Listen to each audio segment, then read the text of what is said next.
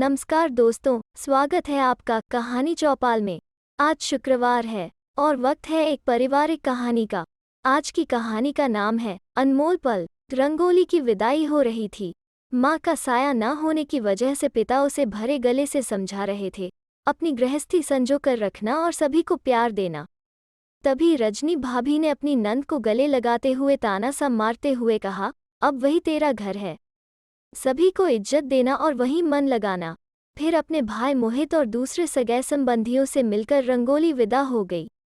मोहित को अपनी बहन से बहुत प्यार था, इसलिए वो उसके विदा होने पर उदास हो गया था। रंगोली की यह दूसरी शादी थी। वो जानता था कि अगर रंगोली अपने मायके रहती तो भाभियां उसे जीने न देती, इसलिए वो चाहता था कि उसे हर खुशी मिले। रात को सोते समय मोहित पुरानी यादों में खो गया था। रंगोली की पहली शादी एक अमीर परिवार में रितेश के साथ हुई थी। रितेश कारोबारी था। 2 साल बाद ही रंगोली की जिंदगी में एक नन्ही परी आई थी।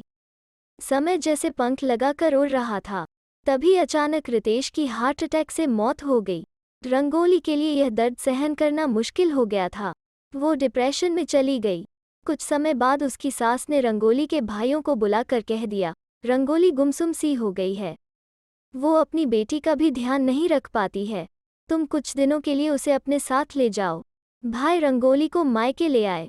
रंगोली अपनी बेटी परी को भी अपने साथ लाना चाहती थी, लेकिन सास ने स्कूल का वास्ता देकर उसे अपने पास रख लिया। तकरीबन 1 महीने बाद जब मोहित अपनी बहन को छोड़ने ससुराल पहुंचा तो दरवाजे पर ताला लगा पाया। पड़ोसियों से पूछने पर मालूम हुआ कि वे लोग तो मकान बेचकर वहां से जा चुके हैं। यह सुनकर रंगोली रोने लगी। मोहित उसे समझा बुझाकर वापस घर लाया। इस सदमे ने उसे और भी तोड़ दिया था।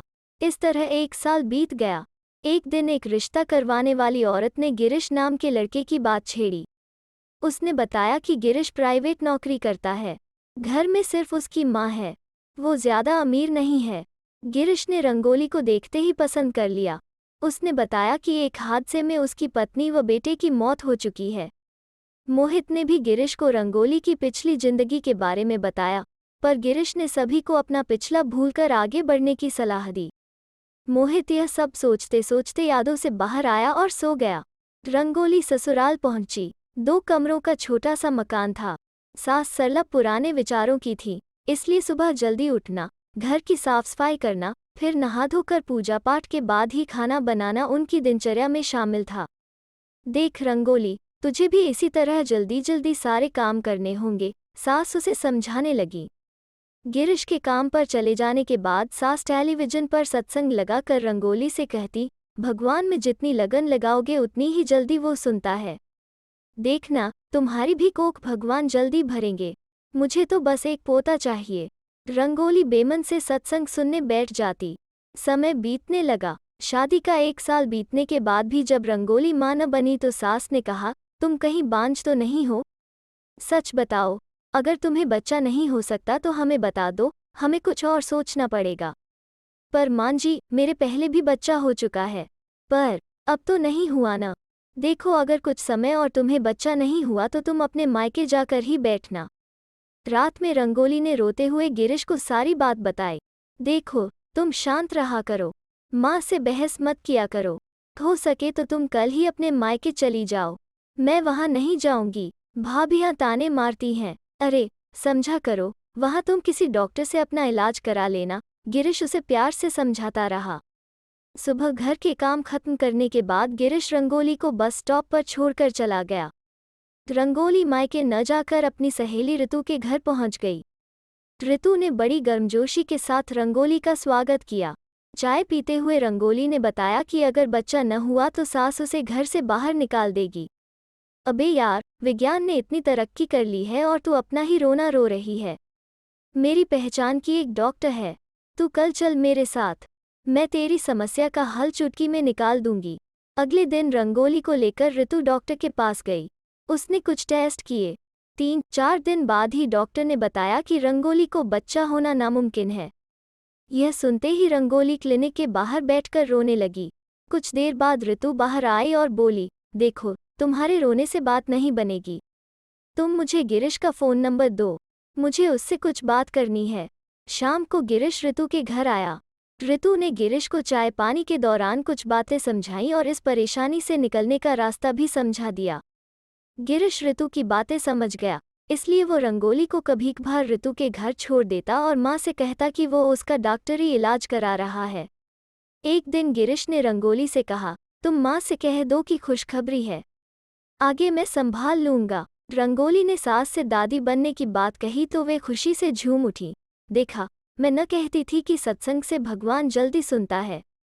अब तुम ज्यादा घूमा फिरम मत करो। अब सरला अपनी बहू का ध्यान रखने लगी। 5 महीने बीतने के बाद ही रंगोली को अपना सामान बांधते देख सास ने पूछा, तुम कहीं बाहर जा रही हो? हाँ माँ, रंगोली अपने मायके जा रही है, गिरीश ने कहा। लेकिन बेटा, उसे अभी इस हालत में इतनी जल्दी वहाँ क्यों भेज रहा है? वहाँ इसकी भाभियाँ ध्यान नहीं रख पाएंगी। माँ, मैं जानता हूँ, पर तुम्हें कैसे समझाऊँ? बड़ी उम्र में प्रेगनेंसी के दौरान कुछ खास इलाज की ज़रूरत होती है, इसलिए उसे बार बार डॉक्टर के यहाँ जाना पड़ेगा। ऐसा कहकर गिरीश रंगोली को लेकर चला गया। ऋतु ने रंगोली को बताया, मेरे कहने पर गिरीश ने सैरोगेट मदर की है। वो 9 महीने बाद तुम्हें बच्चा सौंप देगी।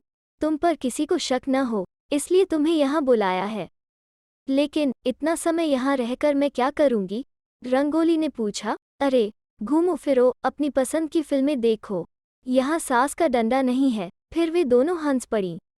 उधर सरला बार बार गिरीश से रंगोली को वापस लाने को कहती, देख बेटा, मैं उससे कोई काम नहीं कराऊंगी, उसे पूरा आराम दूंगी, बस तू उसे यहाँ ले आ। माँ, तुम कुछ नहीं समझती हो। डॉक्टर ने उसे मुझसे दूर रहने को कहा है ताकि केस खराब न हो। अच्छा, यह बात है। तूने पहले क्यों नहीं यह बात बताई? चल, जैसी तेरी मर्जी। और फिर वो दिन भी आया जब उस सैरोगेट मदर ने एक बेटे को जन्म दिया। फिर गिरीश ने उसे समझौते के मुताबिक पैसे दिए। कुछ दिन बाद गिरीश व रंगोली अपने बेटे के साथ घर आ गए। सरला ने आशीर्वाद देते हुए अपनी बहू व पोते का स्वागत किया। कमरे में जाते ही रंगोली गिरीश से लिपट गई। तुमने जो ये खुशी के पल मुझे दिए हैं, वे मेरे लिए अनमोल हैं। तो दोस्तों, कैसी लगी आज की कहानी? अगर अच्छी लगे तो शेयर, लाइक और चैनल को सब्सक्राइब ज़रूर करें। फिर मिलते हैं एक नई कहानी के साथ।